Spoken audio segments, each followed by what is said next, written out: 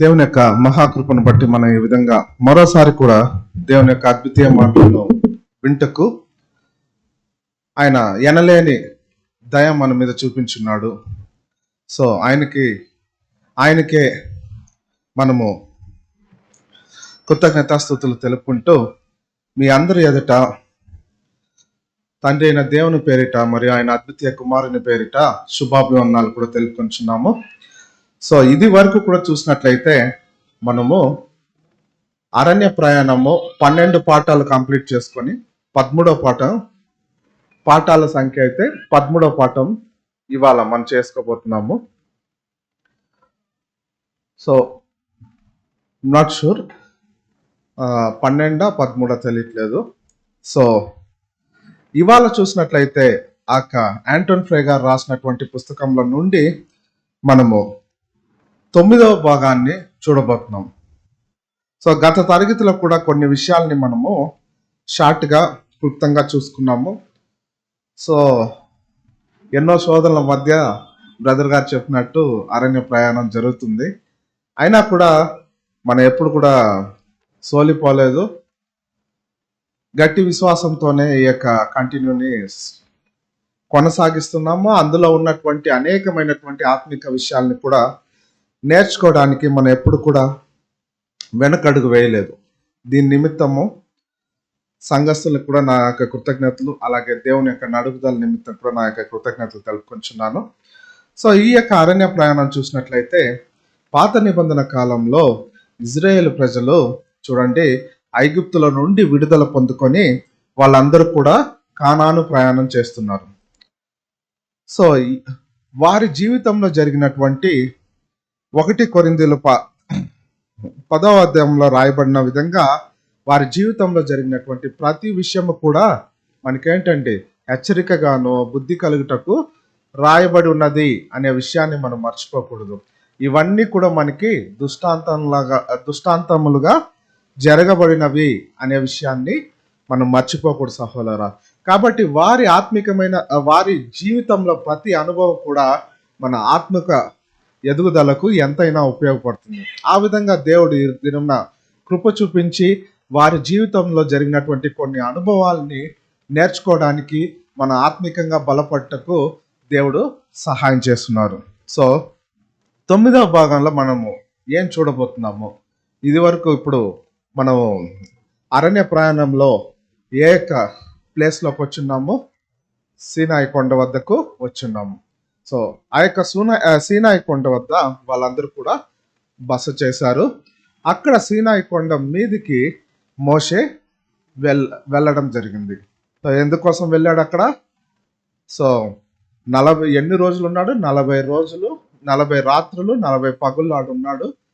తండ్రి అయిన దేవుని దగ్గర నుంచి 2 పలకలతో కూడినటువంటి 10 ఆజ్ఞలను కూడా దాని మీద చెక్కి తీసుకొని రావడం అనేది జరిగింది. ఈ విధంగా దేవుని యొక్క కొండ అనబడు సీనాయి కొండ మీద దేవుని దగ్గర ఆ 10 ఆజ్ఞలను తీసుకొని చుండగా ఏం జరిగిందంటే కొండ కింద ఉండేటటువంటి ఇజ్రాయెల్ ప్రజలు ఏం చేశారు? సో వాళ్ళు వారే అపవిత్రపరుచుకున్నారంట. ఏ విధంగా అపవిత్రపరుచుకున్నారు సహోదరా?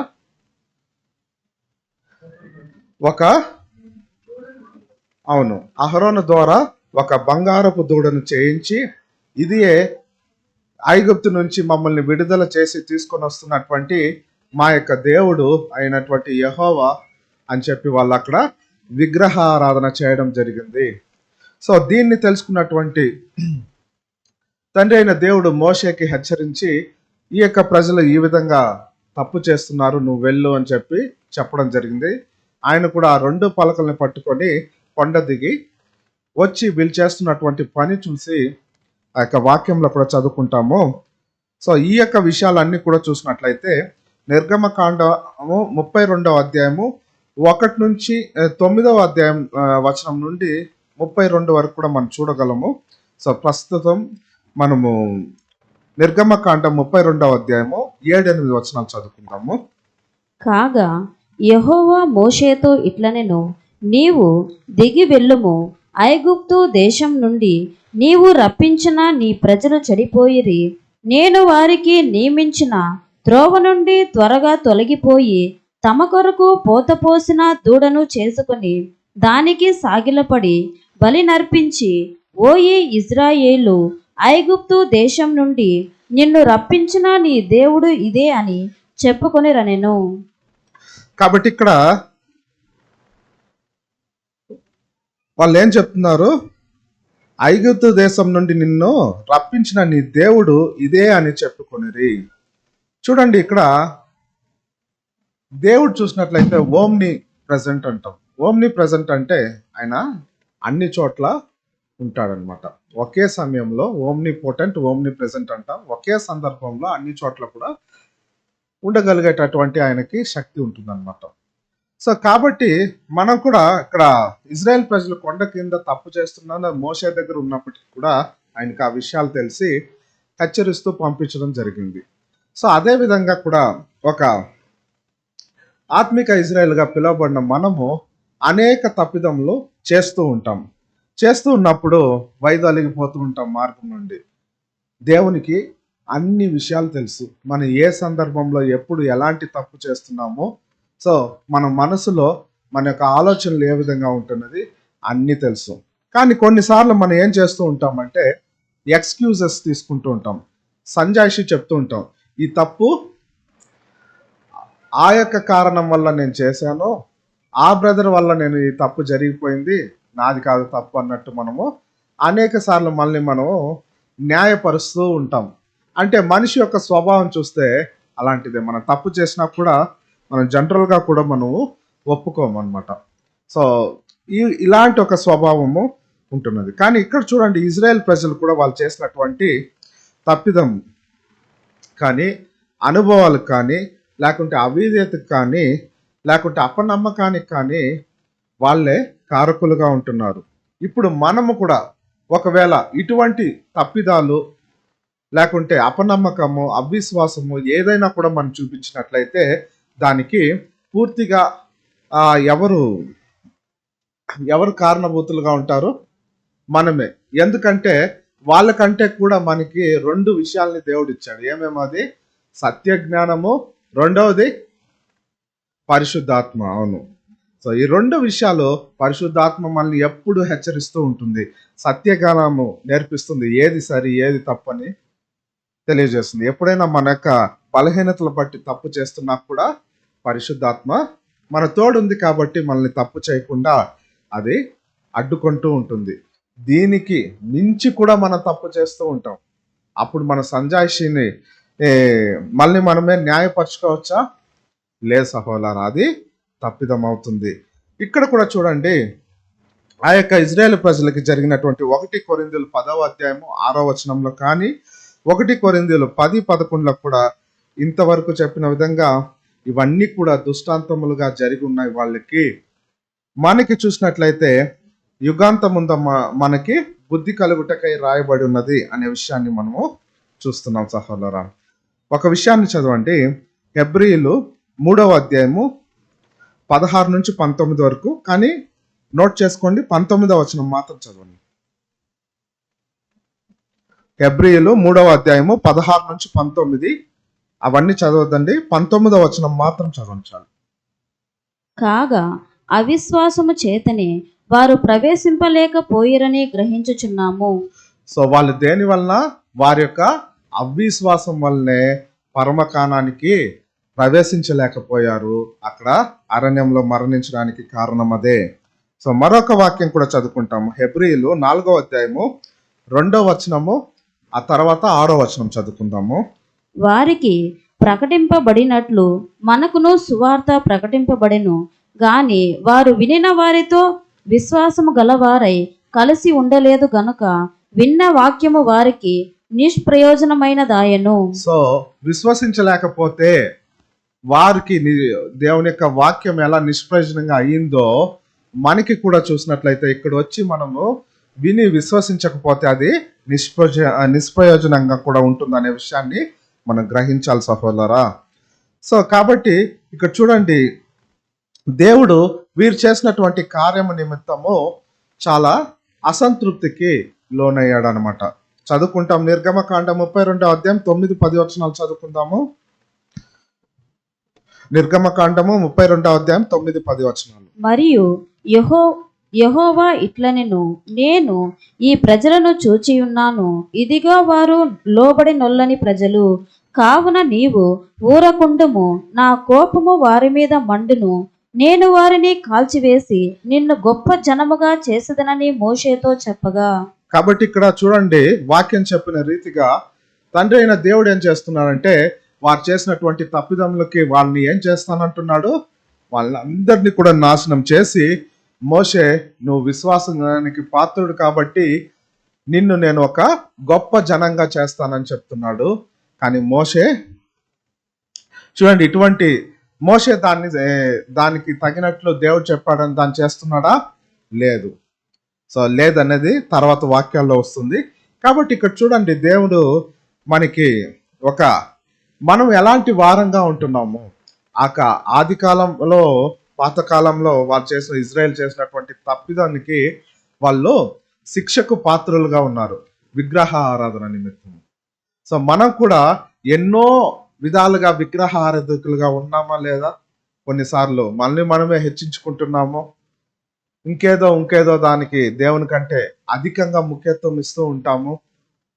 సో ఇట్లా ప్రతి దానికి కూడా మనము విగ్రహ ఆరాధకులుగా కూడా అవుతున్నాం అనమాట.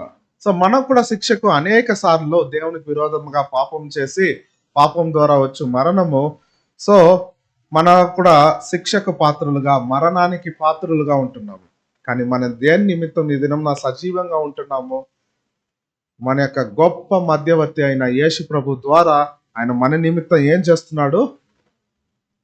ఉత్తరవాదిగా ఉంటూ మన నిమిత్తం చూడండి, మనం చేసిన తప్పిదాలని కూడా ఆయన ఇంకొక అవకాశం ఇవ్వండి దయతో అని చెప్పి ఆయన బ్రతిమాలుకుంటున్నాడు మన నిమిత్తం కదా. సో అటువంటి గొప్ప మధ్యవర్తి మనకుంటున్నాడు. సో మోషే కూడా చూడండి ఎంత గొప్ప మధ్యవర్తిగా ఉంటున్నాడో తన ప్రజల నిమిత్తము. తనకు ఒక గొప్ప అవకాశం వచ్చింది. సో ఈ విధంగా యేసు ప్రభును కూడా మనంతా కూడా నాశనం చేసి యేసు ప్రభు నుంచి ఒక కొత్త జనాన్ని దేవుడు, సంతానాన్ని వృద్ధి చేసి ఉండొచ్చు. ఆయన ఎంత గొప్ప పర్ఫెక్ట్ హ్యూమన్ బీయింగ్ కదా ఆయన. సో ఆయన ద్వారా వచ్చినటువంటి సంతతి కూడా అదే పర్ఫెక్షన్ లో కూడా ఉంటారు. సో అలాంటి ఒక అవకాశం ఉండి కూడా యేసు ప్రభు అయినా కానీ, అక్కడ మోషే అయినా కానీ ఆ విధంగా వాళ్ళు చేయలేదు. సో వాళ్ళకి ఈ యొక్క ప్రజల నిమిత్తము, తమ ప్రజల నిమిత్తం ఒక గొప్ప ప్రేమ కలిగి ఉన్నారు. అలాగే తండ్రి అయిన దేవుని పట్ల కూడా గొప్ప విధేయతను కలిగి ఉన్నారు. సో చూడండి, ఈ యొక్క మోషే అనుకొని ఉంటే ఆ విధంగా తాను చేసి ఉండొచ్చు, కానీ చేయలేదు. దీని నిమిత్తము ఈ ఇజ్రాయెల్ ప్రజలందరికీ కూడా, మరణానికి పాత్రలైనటువంటి ఇజ్రాయెల్ ప్రజలందరికీ కూడా ఒక గొప్ప రక్షణ అనేది కలిగింది అనమాట. సో ఏ విధంగా అయితే మనం మరణానికి పాత్రలుగా ఉన్న మనము, యేసు ప్రభు చూడండి మనందరికీ కూడా గొప్ప రక్షకుడుగా ఉంటున్నాడు. ఆయన కూడా ఒక గొప్ప రక్షకుడుగా తమ ప్రజలందరికీ, లేకుంటే వారు ఎప్పుడో నాశనం అయిపోయి ఉండొచ్చు అనే విషయాన్ని కూడా మనము ఇక్కడ చూడగలం సహోదరా.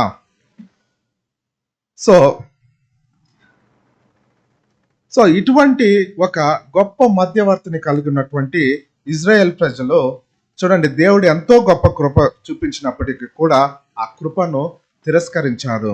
కానీ తాను ఏం చేశాడంటే తన ప్రజల నిమిత్తము దేవుని దగ్గర చూడండి బ్రతిమాలుకుంటున్నాడు. ఏ విధంగా బ్రతిమాలుకుంటున్నాడు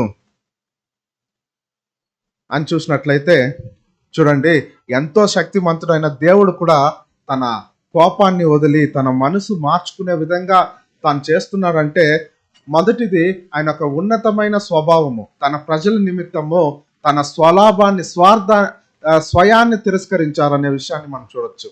సో ఈ లోకంలోనే ఒక గొప్ప వ్యక్తిగా ఆయన్ని హెచ్చించబడి ఉండొచ్చు ఆయన మోషే, యేసు ప్రభు అయినా కూడా నిజంలో. సో కానీ వాళ్ళు తమను తాము తిరస్కరించారు, తమ ప్రజల నిమిత్తం, ప్రజల రక్షణ నిమిత్తము ఆలోచించున్నారంటే చూడండి ఏ విధంగా ఆ వాక్యాన్ని చదువుకుంటాము. నిర్గమకాండం 32వ అధ్యాయం 11వ వచనం నుండి 13వ వచనం వరకు వరుసగా చదువుకుందాము. నిర్గమకాండము 32వ అధ్యాయం 11 నుంచి 13 వరకు. మోషే తన దేవుడైన యెహోవాను బ్రతిమాలుకుని యెహోవా, నీవు మహాశక్తి వలన బహుబలము వలన ఐగుప్తు దేశంలో నుండి రప్పించిన నీ ప్రజల మీద నీ కోపము మండనేలా. ఆయన కొండలలో వారిని చంపునట్లును భూమి మీద నుండి వారిని నశింపజేయునట్లును కీడు కొరకే వారిని తీసుకొని పోయినని ఐగుప్తీయులు ఎలా చెప్పుకొనవలెను. నీ కోపాగ్ని నుండి మల్లుకొని నీవు నీ ప్రజలకు ఈ కీడు చేయక దాని గూర్చి సంతాపపడుము. నీ సేవకుడైన అబ్రహామును, ఈసాకును, ఇజ్రాయేలీలను జ్ఞాపకము చేసుకొనుము. నీవు వారితో ఆకాశ నక్షత్రముల వలె నీ సంతానము అభివృద్ధి చేసి నేను చెప్పిన ఈ సమస్త భూమిని మీ సంతానమున కిచ్చెదననియు వారు నిరంతరము దానికి హక్కుదారులగుదురనియు వారితో నీ తోడని ప్రమాణము చేసి చెప్పితివనెను. తర్వాత అంతటా యెహోవా తన ప్రజలకు చేసిన అంతటా యెహోవా తన ప్రజలకు చేసేదనని చెప్పిన కీడును గూర్చి సంతాపపడెను. చూడండి, యెహోవా తన ప్రజలకు చేసిన దాన్ని చెప్పిన కీడును గూర్చి సంతాపపడెను. అంటే ఫస్ట్ చూడండి, ఆయన ఒక ఎంత క్యారెక్టర్ చూపించున్నాడో మోషే, ఆ తర్వాత రెండు విషయాల్ని కూడా ఆయన తండ్రి అయిన దేవునికి గుర్తు చేస్తున్నాడు అనమాట. ఏంటి అది? ఏంటి? వాక్యం చదివారు కదా.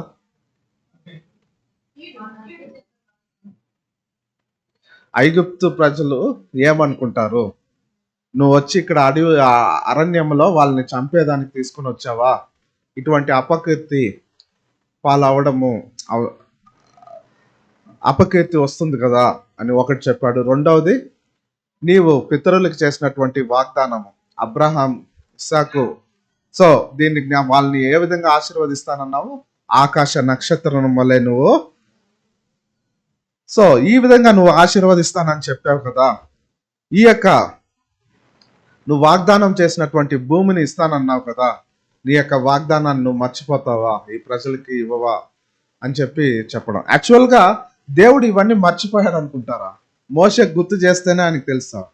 సో అక్కడ మోషేకి ఒక గొప్ప క్యారెక్టర్ టెస్ట్ అనేది ఉన్నింది. దాన్ని ఆయన ఏ విధంగా చూపించాడో ఆ క్యారెక్టర్ అనేది ఇక్కడ మనకు తెలియపరుస్తున్నాడు. సో ఏ విధంగా చూడండి, ఈ రెండు విషయాలను చెప్పి అక్కడ చూడండి, కానీ ఆయన ఈ విషయాల్ని చెప్పేసరికి ఆయన సంతాపపడెను అనేటటువంటి దేవుడే కూడా ఆయన మనసు కరిగిపోయే విధంగా తన యొక్క మాటల్ని తను మాట్లాడున్నాడంటే ఆయన ఎంత గొప్ప మధ్యవర్తిగా ఉంటున్నాడో మనం ఇక్కడ ఆలోచించి చూడాలి. ఇక్కడ ఇజ్రాయేల్ ప్రజల గురించి ఏమైనా చెప్పాడా? వాళ్ళ గురించి మాట్లాడేదానికి ఏమైనా ఒక క్యారెక్టర్ ఉందంటారా? సో ఎటువంటి క్యారెక్టర్ కానీ గొప్పతనం కానీ వారిలో దేవుని దగ్గర వీళ్ళు ఎంత మంచి వాళ్ళు, నేనే చెప్తాం, వాళ్ళు వదిలేకపోతే పోనీ, ఆ రోజు ఈ మంచి పని చేసినారు కదా వాళ్ళు అని చెప్పుకునే దానికి ఏమీ అక్కడ లేదు. ఆ తర్వాత చూడండి, మోషే తాను ఒక గొప్ప క్యారెక్టర్ ఉన్నప్పటికీ కూడా అంతమంది ప్రజల్ని కూడా నడిపిస్తూ వస్తున్నాడు. తన గురించి ఏమన్నా ఒక మాట గొప్పగా చెప్పుకున్నాడా? దేవుడు అంత గొప్ప కృప చూపించినా కూడా తాను హెచ్చించుకోలేదు. తప్పు చేసిన ప్రజల్ని కూడా ఎక్కడ కూడా వారి నిమిత్తము గొప్పగా చెప్పలేదు. కానీ ఆయన చెప్పిందంతా కూడా తండ్రి అయిన దేవుని యొక్క వాగ్దానాల గురించి, సో ఆయన ఇటువంటి విషయాల గురించే చెప్పి తన యొక్క దేవుని యొక్క మనసును మార్చుకోవడం జరిగిందనమాట. మనం కూడా ప్రార్థనలో కూడా దేవుని యొక్క వాగ్దానాల ద్వారా కూడా మనం ప్రార్థన చేయడం కూడా చాలా మంచిదని మనం ఇక్కడ నుంచి కూడా చూడొచ్చు అనమాట. సో ఇంత గొప్ప మధ్యవర్తి అయినటువంటి మోషే తనను గురించి కానీ తన కుటుంబాన్ని గురించి కానీ ఏ విధంగా కూడా ఆలోచించలేదు. తాను మరిచిపోయాడు. తన దేవుడు తనకి ఇచ్చినటువంటి మహిమను గొప్పగా ఎంచుకోలేదు. సో కాబట్టి యేసు ప్రభు కూడా ఏ విధంగా తాను స్వలాభం కోసమో ఏది చేయలేదు. తాను తన యొక్క గొప్పతనాన్ని వదులుకొని ఆయన పరలోకం నుండి కూడా భూలోకానికి వచ్చి తన స్వయాన్ని ఎక్కడ కూడా చెప్పలేదు. ఎప్పుడు కూడా ఆయన ఎటువంటి మాటలు మాట్లాడుతున్నాడు? తండ్రిని గురించి, తండ్రి నన్ను పంపి ఉన్నాడు, తండ్రి ఈ పనులను చేయమని చెప్పున్నాడు. ఇది నేను చెప్పేటటువంటి మాటలు నా మాటలు కాదు, తండ్రి అయిన దేవుని మాటలు అని చెప్పి తను తాను ఎప్పుడు కూడా తక్కువ చేసుకున్నాడు. తండ్రినే హెచ్చించేటటువంటి వ్యక్తిగా. సో తనకు అవకాశం ఉంది, తను ఎన్నో పనులు కూడా మంచి పనులు చేస్తున్నాడు, కానీ ఎక్కడ కూడా తన గురించి హెచ్చుగా మాట్లాడనే లేదు. మనం అలా ఉంటున్నామా? అవకాశం దొరికితే 4 మాటలు ఎక్స్ట్రాగా మన గురించి చెప్పుకుంటాం తప్ప తక్కువగా ఎప్పుడు చెప్పుకోమను. సో అటువంటి ఒక ఉన్నతమైన స్వభావము మనలో కూడా ఉండాలి. అంటే ఇక్కడ చూడండి, యేసు ప్రభు మన శిరస్సుగా ఉన్నాడు, మనము శరీరంగా ఉన్నాము. సో ఆ శరీరంలో భాగంగా ఉన్న మనకు కూడా ఒక అర్హత ఉండాలంటే, సో మనం కూడా యేసు ప్రభు వల్లే కూడా అన్ని విధాలుగా నడుచుకోవడానికి ప్రయత్నించాల్సి వల్లరా. సో ఇటువంటి గొప్ప ఉన్నతమైన స్వభావం చూసినటువంటి ఒక గొప్ప మధ్యవర్తి అయిన మోషే మన పితరుల్లో ఒక వ్యక్తిగా, పితరులకు దొరికేటటువంటి ఒక గొప్ప ఆశీర్వాదము ఈ యొక్క మిలీనియల్ ఏజ్ లో ఆయనకు ఉండేటటువంటి ఒక గొప్ప ఆశీర్వాదం కూడా ఉంది అనేది మనం చూడొచ్చు సహోదరా. సో యేసు ప్రభు గురించి కూడా ఒక 2 విషయాలని మనం చూద్దాము.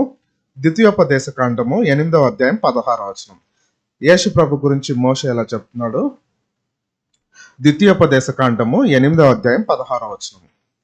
తుదకు నీకు మేలు చేయవలెనని నిన్ను అణచుటకును శోధించుటకును నీ పితరులు ఎరుగని మన్నాతో అరణ్యమున నిన్ను పోషించెను. కాదు, నీ దేవుడైన యెహోవా నీ మధ్య నా వంటి ప్రవక్తను, లేదా ఆ వాక్యం 6, 16, 8, 7. నీ దేవుడైన యెహోవా నిన్ను మంచి దేశంలో ప్రవేశపెట్టును. అది కాదు, నీ దేవుడైన యెహోవా నీ మధ్య నా వంటి ప్రవక్తను. 18వ చాప్టరా? ఓకే, ఇది సరిగ్గా రాదు. 18, 16 చదువు. ఈ గొప్ప అగ్ని నాకు ఇకను కనబడకుండును గాక అని చెప్పి తిని, ఆ సమయమున నీ దేవుడైన యెహోవాను నీకు అడిగిన వాటినన్నిటినీ చొప్పున నీ దేవుడైన యెహోవా నీ మధ్యను నా వంటి ప్రవక్తను నీ సహోదరులలో నీ కొరకు పుట్టించును. ఆయన మాట నీవు వినవలెను. తర్వాత అపోస్తల కార్యములు చాలు అపోస్తల కార్యములు 3వ అధ్యాయము 22వ వచనం.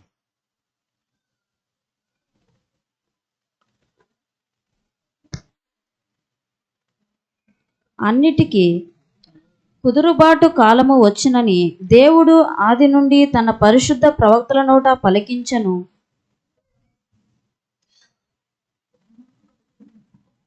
23 తెలుగులో 23 వస్తుందా? మోషే ఇట్లనెను, ప్రభువైన దేవుడు నా వంటి ఒక ప్రవక్తను నీ సహోదరులలో నుండి మీ కొరకు పుట్టించును. ఆయన మీతో ఏమి చెప్పినను అన్ని విషయములలో మీరాయన మాట వినవలెను. సో అన్ని విషయములలో సో మనకు ఒక మధ్యవర్తి వస్తున్నాడు, ఒక నిజమైనటువంటి ఒక మధ్యవర్తి. అన్ని విషయములలో ఆయన మాట మనము వినవలను, ఆయనే మన రక్షకుడు అని చెప్పేటటువంటి మాటల్ని కూడా మోషే కూడా చెప్తున్న మాటల్ని మనం ఇక్కడ చూడగలం ద్వితీయోపదేశ ఖండంలో.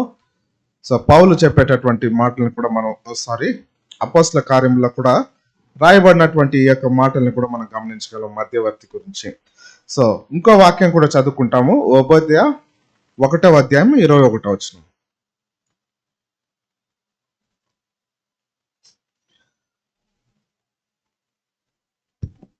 మరియు ఇజ్రాయేలీల దండు అనగా వారిలో చెరపట్టబడిన వారు సారేపతు వరకు కనానీయుల దేశమును స్వతంత్రించుకొందురు.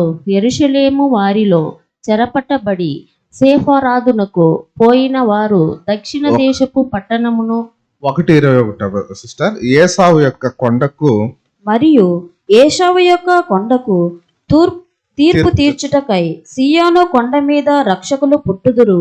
అప్పుడు రాజ్యము యెహోవాది అగును. కాబట్టి ఈ యొక్క తీర్పు తీర్చుటకై సియోను కొండ మీద రక్షకులు పుట్టుదురు. అది చెప్పింది ఎవరని చూసినట్లయితే చూడండి, యేసు ప్రభు శిరస్సు అయినటువంటి యేసు ప్రభు, శరీరమైనటువంటి సంఘం గురించి చెప్పినటువంటి మాటలే. సో కాబట్టి ఈ యొక్క మధ్యవర్తి అయిన యేసు ప్రభు గురించి ఇటువంటి గొప్ప మాటల్లో ముందుగానే కూడా రాయబడి ఉన్నది అనే విషయాల్ని మనం ఇక్కడ చూడొచ్చు సహోదరా. సో మోషే కూడా ఆ తర్వాత కొండ మీద నుంచి తిరిగి వచ్చిన తర్వాత మరలా ఆ యొక్క 10 ఆజ్ఞలు రాసినటువంటి పలకను మరలా రాయించి తీసుకుని వస్తారనమాట. మొదటిసారి ఏమైపోతుంది, కోపంతో కిందేసి పగలగొట్టేస్తారనమాట. అది దేన్ని సూచిస్తుంది? ఆ పాత నిబంధన అనేది కొట్టివేయ తర్వాత కొత్త నిబంధన అనేది వస్తుందన్నమాట. చూడండి, ఇక్కడ ఆ యొక్క సెకండ్ కమింగ్ తర్వాత యేసు ప్రభు యొక్క రెండో రాకడిని సూచిస్తుంది. ఆ కొండ మీద నుంచి దిగి రావడం. కొండ దేన్ని సూచిస్తుంది? దేవుని కొండ అంటే పరలోక రాజ్యాన్ని సూచిస్తుంది. అప్పుడు ఆ పరలోకం నుంచి రెండోసారి యేసు ప్రభు తిరిగి వచ్చినప్పుడు జరిగేటటువంటి కార్యములు చూడండి. ఆ యొక్క నడుపుదల, వాళ్ళని అందరినీ కూడా కానానికి తీసుకుని వెళ్ళడం అనేటటువంటి విషయాల్ని కూడా మనం ఇక్కడ గమనించవచ్చు. సో ఇక్కడ మోషే ఏ విధంగా ఆ యొక్క కార్యాలను చేశాడు, తన యొక్క చివరి శ్వాస వరకు కూడా తాను నిస్వార్థంగా ప్రజల్ని నడిపించాడు అనే విషయాన్ని ఇక్కడ మనం గమనించి చూడొచ్చు సహోదరా. తర్వాత చూడండి, ఇటువంటి ఉన్నతమైనటువంటి ఒక గొప్ప మధ్యవర్తి అయినటువంటి ఒక సాత్వికమైనటువంటి తన ప్రజల్ని ప్రేమించేటటువంటి ఒక ఉన్నతమైన స్వభావము తనకి అప్పుడు వచ్చిందా? సీనాయి కొండ మీద నుంచి దిగి వచ్చినప్పుడు అప్పుడే వచ్చిందా? ఎప్పుడో ఆ క్యారెక్టర్ డెవలప్ అయింది. ఎప్పుడు డెవలప్ అయింది? ఐగుప్తులో తప్పు చేశాడు, పారిపోయాడు, రెడీ చేసింది ఎన్ని సంవత్సరాలు? ఆ మిద్యాను దేశంలో వెళ్ళి గొర్రెలు మేపేటప్పుడు 40 సంవత్సరాలు అక్కడ ఆ ప్రిపరేషన్ పీరియడ్ అక్కడ నేర్చుకున్నాను అనమాట. ఇప్పుడు మనము కూడా మధ్యవర్తిగా మారబోతున్నాం. మన పని ఏంటి ఇప్పుడు దేవుని యొక్క రాజ్యంలో? ఆ మెస్సియా యుగంలో మనం ఏం చేస్తున్నాము? యేసు ప్రభుకి ఏ విధంగా సహాయపడుతున్నాము? ప్రజలను అందరినీ కూడా పరిపూర్ణతలోకి తీసుకుని వస్తున్నాము. దేవుడు ఇచ్చినటువంటి ఒక గొప్ప భూలోక ఆశీర్వాదాన్ని వాళ్ళని స్వతంత్రించుకోవడానికి సహాయం చేయబోతున్నాము. దేవుని యొక్క రాజ్యాన్ని ఈ భూమి మీద స్థాపించబడేలాగా మనం సహాయం చేస్తూ ఉంటాం అనమాట. ఇటువంటి అసిస్టెన్స్ సహాయం చేయాలంటే మనకి కూడా ఒక అర్హత ఉండాలి కదా. ఈ అర్హత రావాలంటే ఒక ప్రిపరేషన్ పీరియడ్ అనేది మనకు కూడా ఉంది. అప్పుడు మనం ఇప్పుడు ఈ సువార్త యుగంలో సంఘంగా పిలువబడిన మనము యేసు ప్రభు మధ్యవర్తి స్థానంలోకి మనం కూడా వెళ్తున్నామంటే మనల్ని కూడా దేవుడు మోషేని తయారు చేసిన విధంగా మనల్ని కూడా తయారు చేస్తున్నాడు ఈ యొక్క సువార్త యుగంలో. సో మనం ఇక్కడ ఏం నేర్చుకోవాలి? ఆ మధ్యవర్తిగా ఉండాలంటే, అర్హులుగా ఉండాలంటే మనకి ఇటువంటి ఉన్నతమైనటువంటి స్వభావము రావాలి. సో ఈ యొక్క స్వభావాన్ని మనం కూడా మారాలని ఈ సృష్టి యావత్తు కూడా వేచి ఉన్నదే, గర్భవేదనతో తేరి చూచు మిగులు ఆశతో సో వేచి ఉన్నది అనేది ఎదురు చూస్తున్నది, లేకుంటే వేచి ఉన్నది అనేది మనం చూడగలం సహోదరా. కాబట్టి మనం అందరూ కూడా త్వరగా రెడీ అవ్వాలి. ఇటువంటి ఉన్నతమైన మోషేకు ఉన్నటువంటి స్వభావం మనలోకి రావాలి. ఆ మధ్యవర్తి అయినటువంటి ఒక స్వభావము ఆ శరీరంలో భాగంగా ఉండాలంటే మనకు కూడా అటువంటి స్పిరిట్ కానీ అటువంటి హృదయము మనలో రావాలనే విషయాన్ని మనం చూడొచ్చు. ఈ రావడం అనేది ఫస్ట్ ఒక నాట్ ఓన్లీ సహోదరుల్ని యొక్క సేవ చేసే విషయంలో మాత్రమే కాదు, సహోదరుల యొక్క హార్వెస్ట్ లో మనము ఉన్నతమైన దేవుని యొక్క పిలుపును అందించే విషయంలో. సో వాళ్ళందరినీ కూడా పిలుస్తుంటాం కదా, మీకు అందరికీ కూడా దేవునితో గొప్ప వారసులుగా అవడానికి అవకాశం ఉన్నదని చెప్పి ఉన్నతమైన పిలుపుని మన లోకంలో మనము ఆ యొక్క సువార్త పనిని లేకుంటే హార్వెస్ట్ పనిని చేస్తూ ఉంటాం అన్నమాట. సో కోత పనిని చేస్తున్నప్పుడు ఆ కాలింగ్ నుంచి కూడా అలాగే మన సహోదరుల పట్ల మిలీనియల్ ఏజ్లో మెస్సియా గారి యుగంలో యేసు ప్రభుకి దేవుని యొక్క రాజ్య స్థాపనకు సహాయం చేయడం విషయంలో కానీ, అలాగే ఈ యొక్క సువార్త యుగంలో మనల్ని మనం రెడీ చేసుకునే టైంలో కానీ ఈ విషయాలన్నీ కూడా మనకి అవసరమై ఉన్నది. మనం విధేయత నేర్చుకుంటున్నాం ఇక్కడ. మనల్ని మనము స్వయాన్ని మర్చిపోవడానికి ప్రయత్నిస్తూ ఉన్నాము. ఇక్కడ ఉన్నతమైన స్వభావాన్ని మనము అభివృద్ధి చేసుకుంటున్నాము. అప్పుడే మనం మెస్సియా గారి యుగంలో ఒక గొప్ప పనికి రెడీ అవుతున్నాం అనే విషయాన్ని మనం మర్చిపోకూడదు.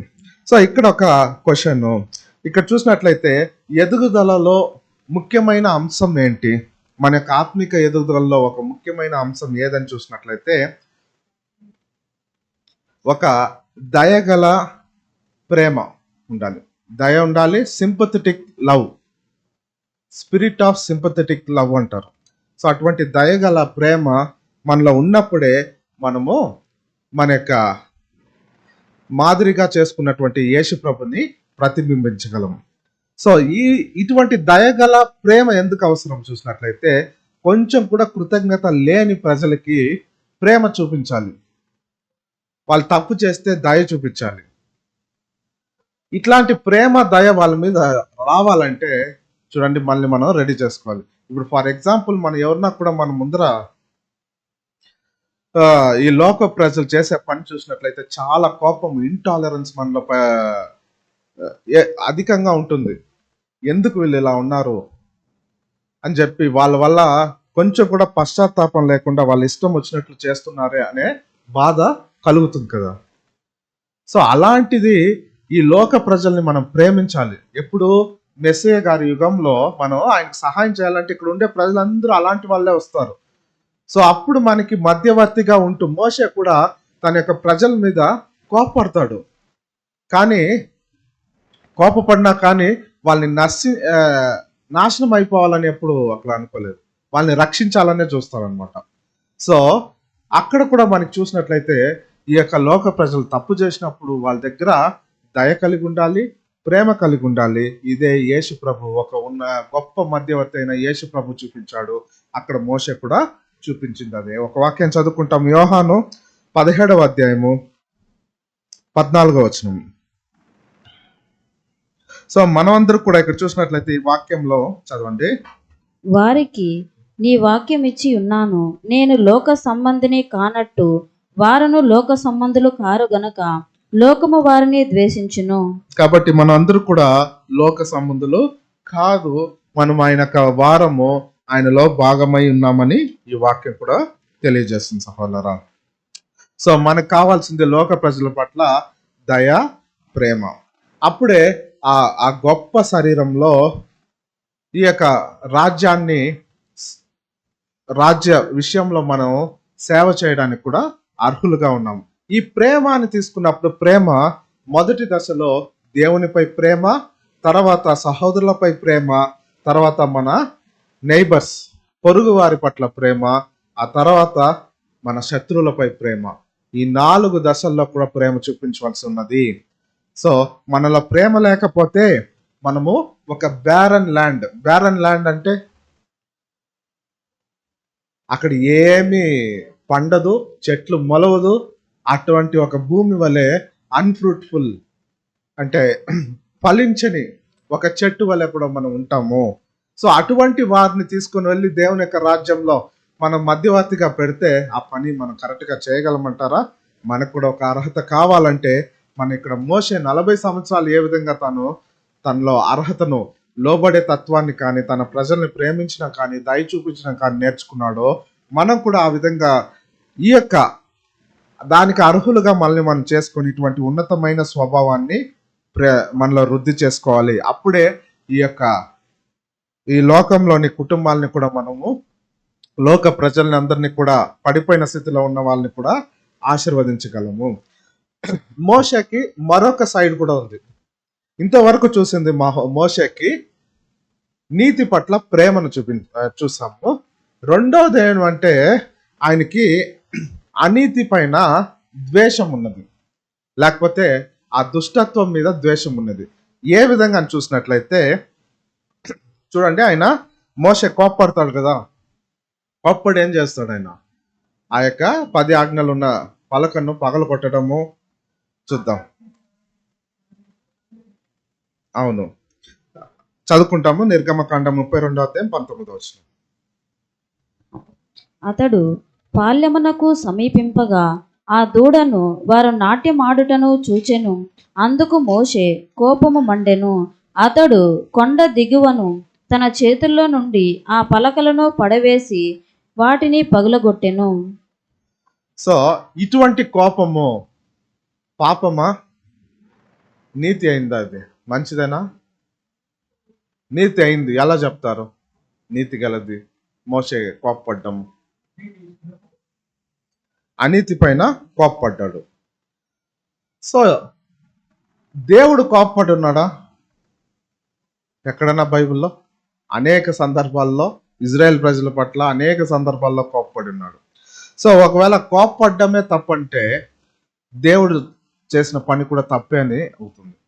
కానీ ఇక్కడ బ్రదర్ చెప్పిన విషయం ప్రకారం మనం చూసినట్లయితే కోపపడచ్చు, కానీ ఆ కోపం కూడా ఏ విధంగా ఉండాలో వాక్యం, తండ్రి అయిన దేవుడు, సో ఆయన ఏ విధంగా కోపపడ్డాడో మనం కూడా ఆ విధంగా కోపపడచ్చు.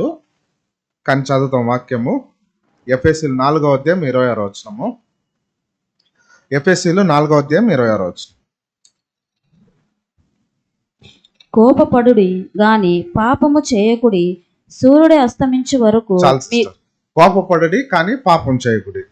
సో నీతి గల కోపము మంచిదే, కానీ కోపపడినప్పుడు చాలా మంది అనీతిగా, లేకుంటే అన్లవింగ్, ప్రేమ లేకుండా, దయ లేకుండా కోపపడేది కూడా ఉంది. కొంచెం కూడా ప్రేమ లేని, కోపపడినప్పుడు ప్రేమ లేని మాటలు మాట్లాడుతూ ఉంటాము. దయ చూపించము, ఎదుటి వ్యక్తి కోపం వచ్చినప్పుడు కొట్టేస్తూ ఉంటాము. దయ చూపించము వాళ్ళ మీద. సో కొన్నిసార్లు కోపము అనీతిగా కూడా ఉంటుంది. ఇది మనుషులు చేసేటటువంటి తప్పు. కానీ దేవుడు ఒక నీతి గల కోపమే కలిగి ఉన్నాడు అనే విషయాన్ని మనం చూడొచ్చు. మీరు కీర్తనలు 7వ అధ్యాయం 11వ వచనం చదవండి.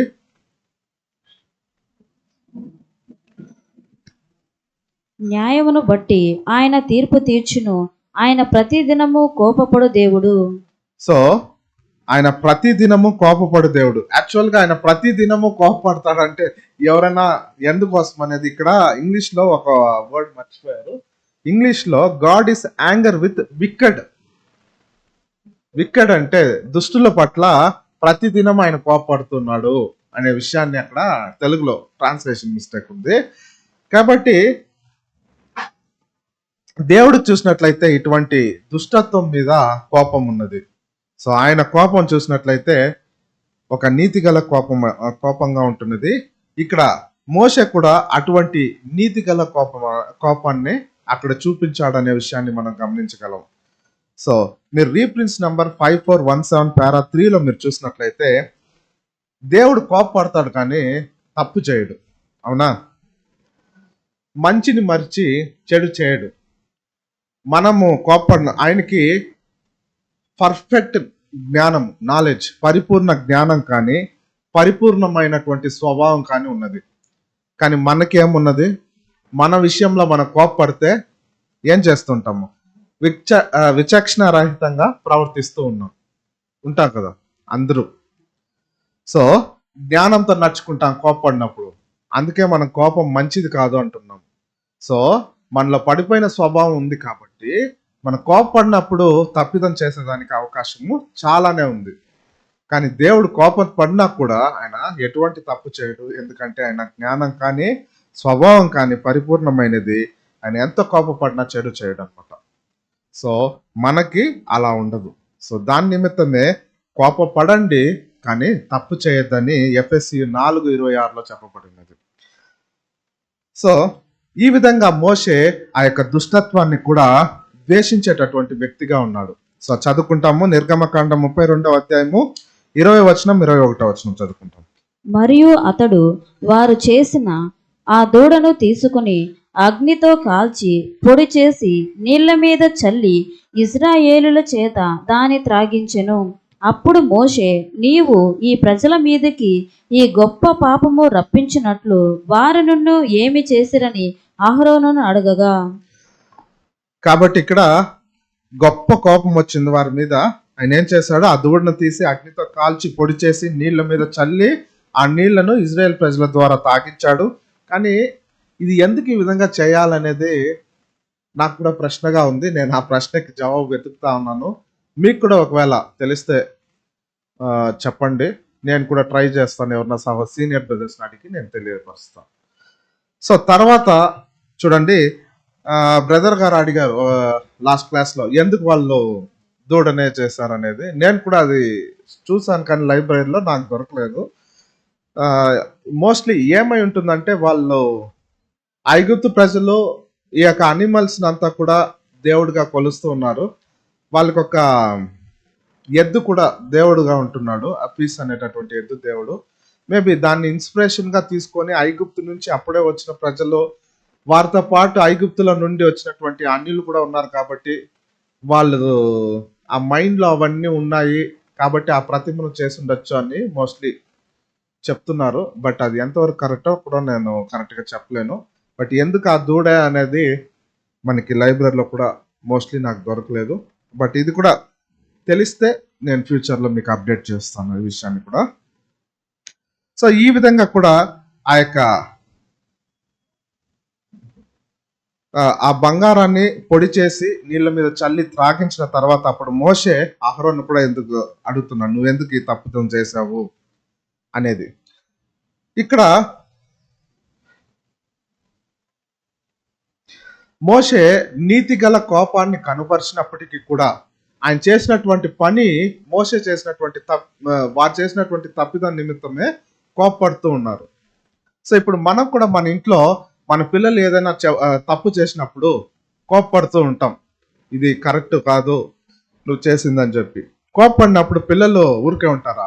నోట్లో సనువుతూ ఉంటారు అనమాట. వాళ్ళు చేసిన తప్పు అని ఉన్నా కూడా అది పక్కన పెట్టేసి, తిట్టారే, నన్ను గాయపరిచారని వాళ్ళు ఏం చేస్తుంటారు, ఆ తప్పు ఒప్పుకోకుండా గొనుగుతూ ఉంటారు. ఇది మీరు గమనించుంటారు అనమాట. మేబీ మనం కూడా ఆ విధంగా చేస్తుండొచ్చు చిన్నప్పుడు. సో ఇది చూడండి, ఇలాంటి విషయాన్నే అక్కడ మోషే కోప్పడినప్పుడు కూడా కొంతమంది ప్రజలు సనగడము, ఇటు అటు తిరగడము, వాళ్ళకి టెన్షన్ అయిపోవడము, అక్కడ అన్ని కూడా అక్కడ జరుగుతున్నది అనమాట. వీళ్ళు చూసినట్లయితే వారికి ఆ యొక్క దేవుడు చూపించినటువంటి కృప, ఫేవర్, హెల్ప్ కూడా తీసుకునే దానికి అనర్హులుగా చూపిస్తున్నాడు అనమాట. సో వారు చేసినటువంటి తప్పిదానికి ఒక మాట అనేదాన్ని అంటే కూడా దాన్ని తీసుకోరు అనమాట.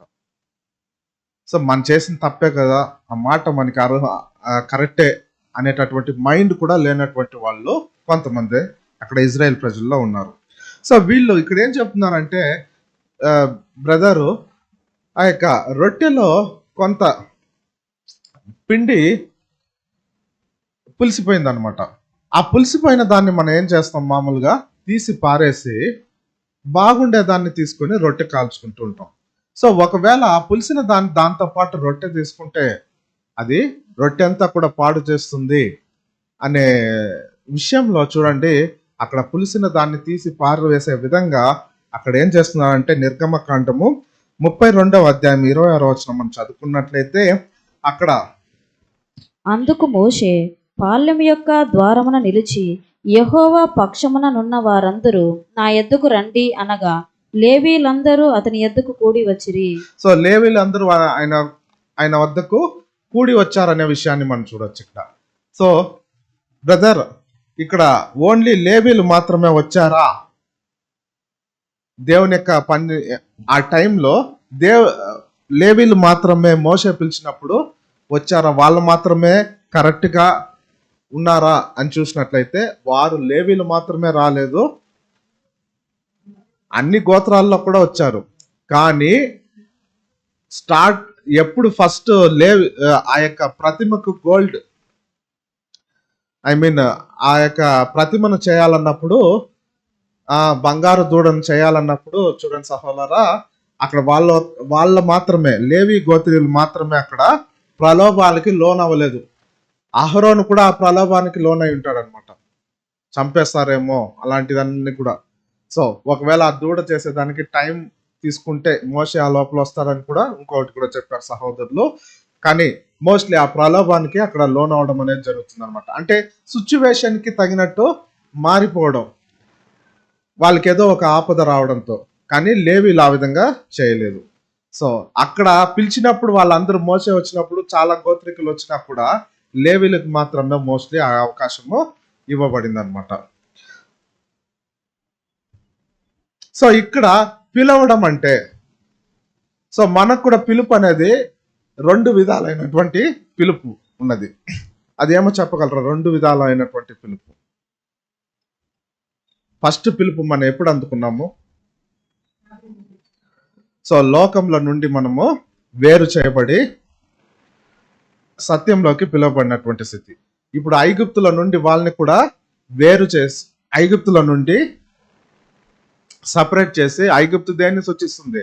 లోకాన్ని సూచిస్తుంది. లోకం నుండి వేరుపరిచి ఇజ్రాయెల్ ప్రజల్ని కానాను ప్రయాణానికి తీసుకొని రావడం జరిగింది. ఇప్పుడు కానాను ప్రయాణం చేస్తున్నారు. ఇప్పుడు మరలా కూడా పిలుస్తున్నాడు.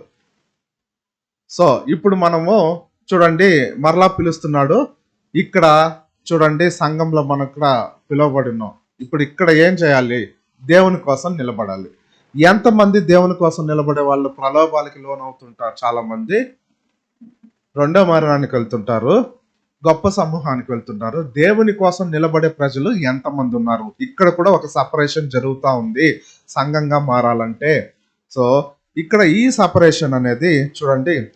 కానీ ఇక్కడ ఆ యొక్క బంగారపు దూడను చేసే దాంట్లో తప్పు లేదు, కానీ ఆ బంగారు దూడకు వర్షిప్ చేయడం, ఆరాధించడమే ఆ యొక్క దేవునికి విరోధంగా చేసినటువంటి కార్యంగా కూడా మనం చూడొచ్చు.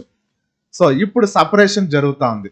ఇప్పుడు సపరేషన్, రెండో సపరేషన్ అనేది, ఫస్ట్ సపరేషన్ అనేది ఈజీ అంటారు, అని రెండో సపరేషన్ వచ్చి బ్రదర్స్ చెప్తున్నారు 1000 times డిఫికల్ట్ అంటారు. ఎందుకు 1000 times డిఫికల్ట్? బయట వ్యక్తుల్ని పోరా అని చెప్పి రావడం పెద్ద మ్యాటర్ కాదు.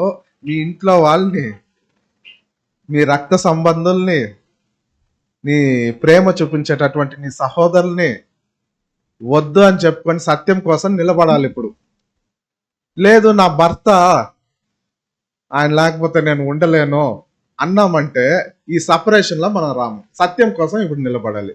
భర్త, భార్య ఎవరైనా కానీ సత్యం కోసము చూడకూడదు. సత్య విషయంలో దేవుని కోసం నిలబడాలి. సో ఈ సపరేషన్ అనేది చాలా డిఫికల్ట్ అన్నమాట. సో ఇటువంటి టెస్ట్ మన మధ్యలో ఇప్పుడు సువార్త యుగంలో దేవుని ప్రజల మధ్య, సో లోకం నుండి వేరుపరచబడినప్పటికీ కూడా ఈ రెండవ దశలో సపరేషన్ అనేది జరుగుతూ ఉన్నది అనేది మనం గుర్తు చేసుకోవాలి. ఈ యొక్క లేవీలు కూడా చూడండి, తమ యొక్క విధేయతను ఏ విధంగా దేవునికి కనపరిచారు. ఆ తర్వాత వాళ్ళందరికీ కూడా కత్తి ఇచ్చి, ప్రతి ఇంట్లో కూడా మీరు చదవండి 32వ అధ్యాయం 27వ వచనము. అతడు వారిని చూచి, మీలో ప్రతి వాడును తన కత్తిని తన నడుమును కట్టుకొని పాళ్యంలో ద్వారము నుండి ద్వారమునకు వెళ్ళుచు, ప్రతివాడు తన సహోదరుని, ప్రతివాడు తన చెలికానిని, ప్రతివాడు తన పొరుగువానిని చంపవలనని ఇజ్రాయేలు దేవుడైన యెహోవా సెలవిచ్చుచున్నాడనెను. 28, 29. లేవీలు మోషే మాట చొప్పున చేయగా ఆ దినమున ప్రజలలో ఇంచుమించు 3000 మంది కూలిరి.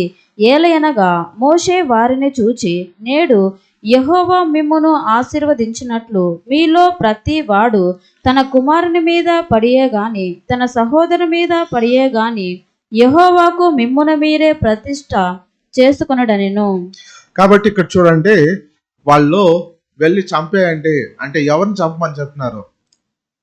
వాళ్ళక రక్త సంబంధుల్ని, ఫ్రెండ్స్ని, నైబర్స్ని అందరిని వెళ్ళి చంపేమని చెప్పినారు. ఇంచుమించు 3000 మంది వాళ్ళ కత్తి తీసుకొని లేవీలో చంపేసినారు. ఇది దేవుని యొక్క ఇన్స్ట్రక్షన్. మీరు 27వ వచనంలో చివరిలో చూసినట్లయితే, దేవుడైన యెహోవా సెలవిచ్చుచున్నాడు అని చెప్పుకుంటాడు అనమాట. ఈ మాట అండర్లైన్ చేసుకోండి ఆయన. సో కాబట్టి వాళ్ళు కత్తి తీసుకొని తమలోని వాళ్ళనే చంపేశారు. చూడండి, ఇప్పుడు మనకు ఉండేటటువంటి టెస్ట్ ఏంటి? ఇక్కడ చూడండి, ఇక్కడ అందరూ మన సహోదరులు అందరూ కూడా ఉన్నారు. మనకు కూడా కత్తి ఇచ్చాడు. సో ఈ కత్తి సపరేషన్ అనేది ఇక్కడ జరుగుతూ ఉంది. వాళ్ళందరినీ వదిలి రావాలి. ఒక రిలేషన్షిప్ ఉంది, వాళ్ళ దగ్గర నుంచి కట్ చేసుకోవాలి. సో దీనికంతా కూడా ఈ కత్తి అనేది దేన్ని సూచిస్తుంది తెలుసా? ఎస్, సత్యం, అవును, ట్రూత్. ఆ ట్రూత్ అనేది ఏం చేస్తుందంటే ఇప్పుడు మనల్ని అందరి దగ్గర నుంచి వేరుపరిచేస్తా ఉంది. ఎవరైతే మన వాళ్ళు అనుకున్నామో, మన సహోదరులు అనుకున్నామో, మనం ప్రేమించే వాళ్ళ దగ్గర నుంచి కూడా సపరేట్ చేసుకునే విధంగా కూడా ఉంటున్నది అనే విషయాన్ని మనం మర్చిపోకూడదు వాళ్ళ. సో ఇది నిజంలో కూడా ఈ వాక్యం యేసు ప్రభు ఇక్కడ చెప్పడం జరిగింది. మత్తయి 10వ అధ్యాయము 32వ వచనము.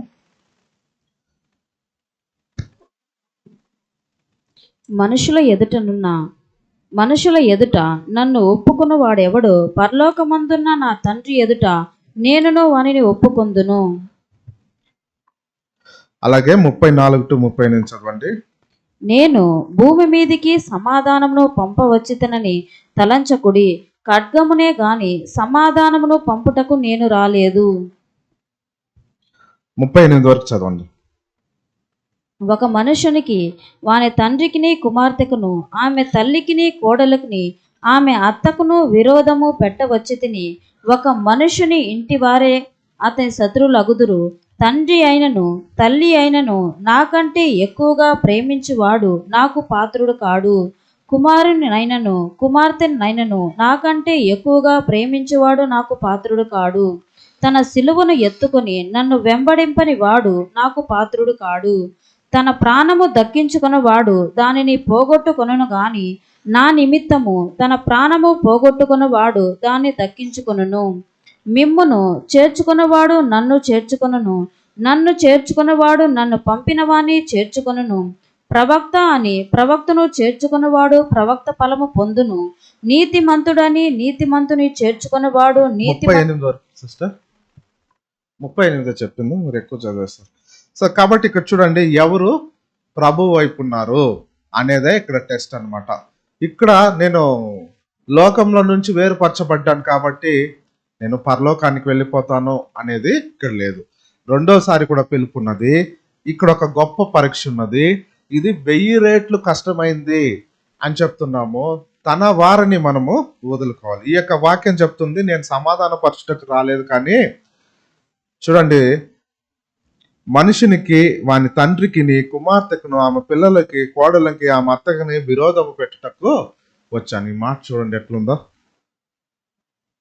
చూడండి, ఎఫెసీలో 6వ అధ్యాయము 17వ వచనం చదివినట్లయితే ఆ ఖడ్గము సత్యాన్ని సూచిస్తుంది అనేటటువంటి వాక్యం ఆడు ఉన్నది.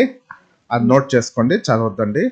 కాబట్టి ఇక్కడ చూడండి, ఎవరు కూడా సత్యము నిమిత్తము ఎవరు చూడండి మనల్ని సపరేట్ చేసుకోవాలి అనే విషయాన్ని మీరు, అది ఎంత ఇంపార్టెంట్గా ఉందో అప్పుడే మన కానానికి వెళ్ళగలం అనేది, దేవుని ప్రజలుగా ఉండగలం అనేది మనం ఇక్కడ చూపించబడుతున్నది అనమాట.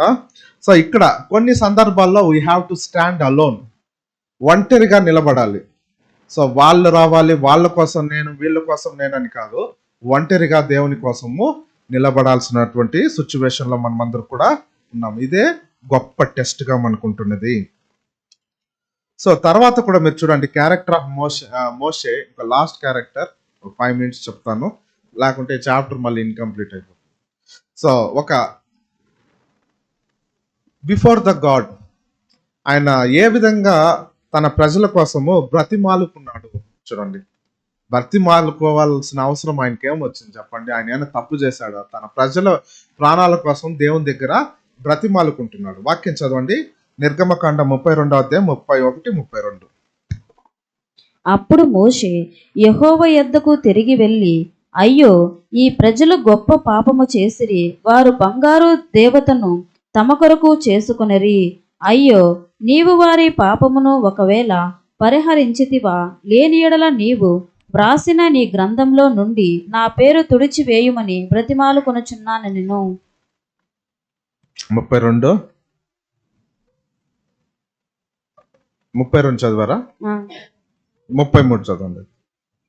అందుకు యెహోవా, ఎవడు నా ఎదుట పాపము చేసెనో వాని నా గ్రంథంలో నుండి తుడిచివేయుదును. కాబట్టి నీవు సో ఇక్కడ చూడండి, ఆయన ఏం చెప్తున్నాడు అంటే వాళ్ళ కోసం తన యొక్క ప్రాణాన్ని అడ్డు వేస్తున్నాడు. నా పేరు నీ గ్రంథంలో నుండి తుడిచివేయడి అని చెప్తున్నాడు. తాను ఏ తప్పు చేయకపోయినా కూడా తన సహోదరుని కోసము తన ప్రాణం పెట్టేటటువంటి ఒక గొప్ప మధ్యవర్తి ఆయన. వారి కోసం బ్రతిమాలు కొంచున్నాడు దేవుని దగ్గర.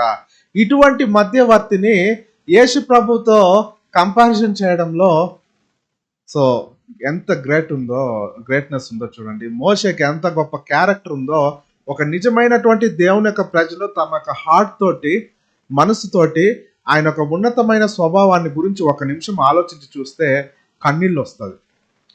అంతమంది ప్రజల మధ్య నలిగిపోతూ వాళ్ళని మన ఫ్యామిలీలో ఒక నలుగురిని నడిపించేది చాలా కష్టంగా ఉంది. ఆయన అంత గొప్ప అన్ని లక్షల మంది నడిపిస్తూ వాళ్ళని ఈ విధంగా ప్రేమించేటటువంటి మనసు ఆయనకి ఏ విధంగా వచ్చింది?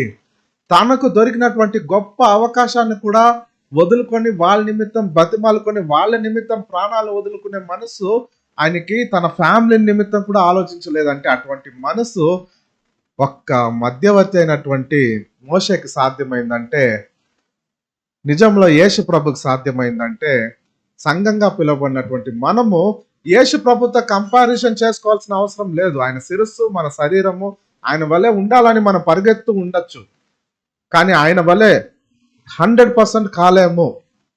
కానీ అట్లీస్ట్ మోషేతో కంపేర్ చేయొచ్చు కదా. సహోదరుడు చెప్తున్నాడు, ఆయన కూడా మనలాంటి మనిషే కదా, కానీ ఆయన కంటే గొప్పవాడు అనుకుంటున్నాం, గొప్ప ఆశీర్వాదాలను పొందుకోబోతున్నాం. మనము ఎటువంటి ఒక క్యారెక్టర్ మనలో ఉండాలి? మోషే కంటే మన సహోదరుల నిమిత్తం మనం ఏ విధంగా చూడండి ప్రాణం పెట్టాలి, దయగల ప్రేమ కలిగి ఉండాలి. ప్రేమ ఉంది కదా, దయ లేదు. సో కాబట్టి దయ ఉండాలి, ప్రేమ ఉండాలి, రెండు విషయంలో. అలాగే అనీతి పట్ల, దుష్టత్వం పట్ల ద్వేషము కూడా ఉండాలి. సో ఇక్కడ చూడండి, ఆయనతో కంపేర్ చేసుకుంటే ఒకవేళ మోషేతో కంపేర్ చేసుకుంటే కూడా మనము ఎంత చిన్నవారు అయిపోయాం చూడండి మనం అక్కడ. సో ఎంత ఎన్నిక లేని వారుగా అయిపోయాం మనం చూడండి. సో మనల్ని మనము ఒక సరిగ్గా లెక్కేసుకుంటే అనేక సందర్భాల్లో మన సహోదరుల విషయంలో మనము ఏ విధంగా ప్రవర్తించున్నామో, మోషే ఏ విధంగా ప్రవర్తించున్నామో కంపారిజన్ చేసుకొని, మోషే నిజంగా సంఘానికి ఒక గొప్ప ఒక ఇన్స్పిరేషన్గా మనల్ని పురికొల్పే విధంగా తను నడుచుకున్నాడు. మన అనేకమైన విషయంలో పడిపోతున్నప్పుడు ఈయన ఒక గొప్ప ఇన్స్పిరేషన్గా కూడా సంఘానికి మనం తీసుకోవచ్చు. కాబట్టి మనకి సమయం కూడా తక్కువగా ఉన్నది, మన ఈ సమయాన్ని కూడా చక్కగా ఉపయోగించుకోవాలి అనే విషయాన్ని కూడా లాస్ట్లో సహోదరు చెప్పి ఈ చాప్టర్ని క్లోజ్ చేస్తున్నాడు. కీర్తన 90వ అధ్యాయం 12వ వచనం. మాకు జ్ఞాన హృదయము కలుగునట్లుగా చేయుము, మా దినములు లెక్కించుటకు మాకు నేర్పము. మన దినములను లెక్కించుటకు మనకి నేర్పము. దినములు లెక్కించడం అంటే ఏంటి? కౌంట్ డౌన్ పోతూ ఉంటుంది కదా. కౌంట్ డౌన్ అంటే ఏంటి? తగ్గిపోతూ ఉంటుంది కదా. సో ఇంకా 4 రోజులు ఉంది, ఇంకా 2 రోజులు ఉంది, ఇంకా 3 రోజులు ఉంది అన్నప్పుడు, మనం ప్రాణం పోయేదానికి ఇంకో 4 రోజులు ఉంది అన్నప్పుడు ఎట్లా కౌంట్ చేస్తూ ఉంటాం? సో ఇంకా 1 రోజే ఉంది, టెన్షన్ పెరిగిపోతూ ఉంటుంది. సో మన యొక్క రోజులు ఇంకా చాలా తక్కువగా ఉంది అని మనం కౌంట్ డౌన్ స్టార్ట్ చేస్తున్నాం అనేది మర్చిపోకూడదు. కాబట్టి ప్రతి నిమిషము దేవుని యొక్క ప్రజలకి ఇంపార్టెంట్. సో మోషేని ఒక ఇన్స్పిరేషన్గా తీసుకుంటున్నాము. ఆయనకు ఉండేటటువంటి ఒక 2 విధమైనటువంటి క్యారెక్టర్, దయగల ప్రేమ, తర్వాత అనీతి పట్ల ద్వేషము, ఈ 2 క్యారెక్టర్ని తీసుకుంటాము. ఆయన ఏ విధంగా ఆ యొక్క సందర్భంలో ప్రవర్తించాడో, తన ప్రజల్ని ఒక పక్క ప్రేమిస్తూ వారి మీద నీతిగల కోపం కూడా పడ్డాడు, అలాగే వాళ్ళని రక్షించే పని కూడా చేశాడు. సో మన యొక్క హృదయాలు మన సహోదరుల నిమిత్తము ప్రాణాలను పెట్టేటటువంటి విధంగా ఉందా? వారి నిమిత్తము దేవుని దగ్గర బతిమాలుకునే విధంగా ఉంటున్నదా? వారి ప్రాణాల నిమిత్తం అనేది మళ్ళీ మనం పరీక్షించుకుంటాము. సో మన యొక్క రానున్న రోజుల్లో సంఘంగా మనం కూడా ఒక మధ్యవర్తిగా మారుతున్నాం అనే విషయాన్ని ఈ యొక్క పాఠం ద్వారా కూడా తెలుసుకోవాలి సహోదరులారా. మనల్ని మనము రెడీ చేసుకోవాలి. సమయం చాలా తక్కువగా ఉందని విన్నవించుకుంటూ, మనందరూ కూడా సంఘంగా మారబోతున్నాము అనే ఒక విషయాన్ని మనం గుర్తుపెట్టుకోవాలి. మోషే మనకందరికి కూడా ఉత్సాహపరిచేటటువంటి ఒక ఉన్నతమైనటువంటి క్యారెక్టర్ కలిగినటువంటి ఒక సాత్వికుడు, గొప్ప మధ్యవర్తికి సూచనగా ఉంటున్నాడు. థ్యాంక్ యూ సహోదరులారా.